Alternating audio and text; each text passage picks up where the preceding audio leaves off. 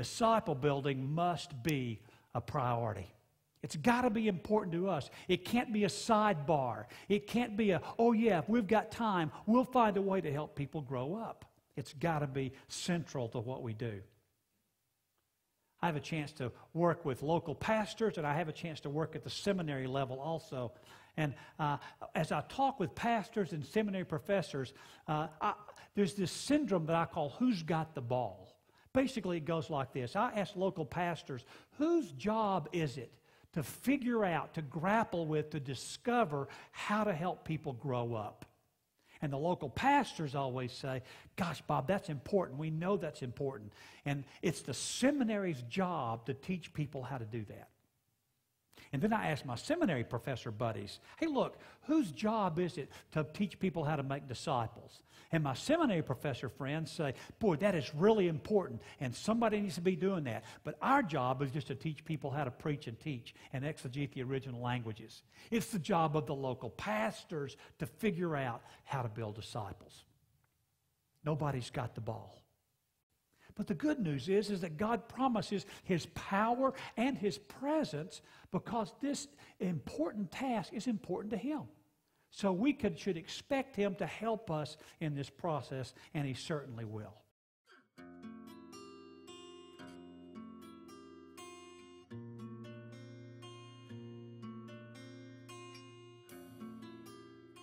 Because in the Great Commission, Jesus is the same time frame. Jesus is saying, look, guys, this is what the main thing is. The main thing is go and make disciples. We should be more than message bearers. We should be message bearers. We should proclaim the good news. But we should also be image bearers.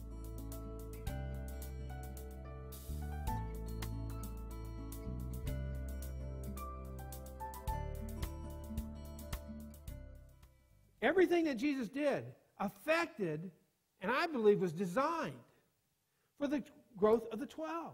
Jesus Himself provided us with a disciple-building paradigm or pattern that produces spiritual growth.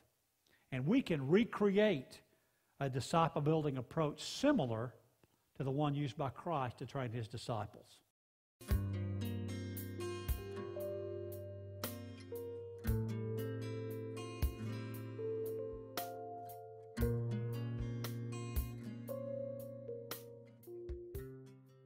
This is what Jesus did. Built relationships, taught content, held people accountable, admonished them to do truth, not just know it, prayed for them, and created a ministry environment.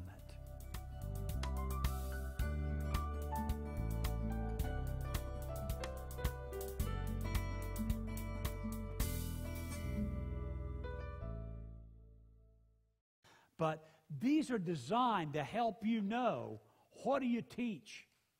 What ministry skills do you train people in? How do you relate to people? What kind of a connection should you have? How much commitment should you give to the relationship up through this process? What kind of ministry challenges are appropriate? Now, we have done the work of providing you this information, these sets of instructions, so that you can do the work of building disciples.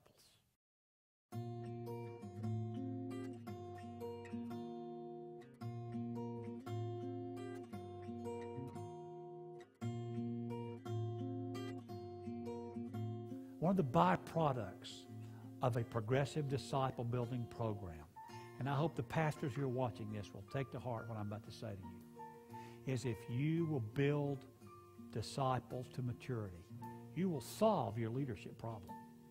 God will raise up mature leaders, not leaders who are going to look for your job every time you make a mistake, but leaders who will come alongside you and build you up and help you grow and look out for your family and look out for your personal walk with God.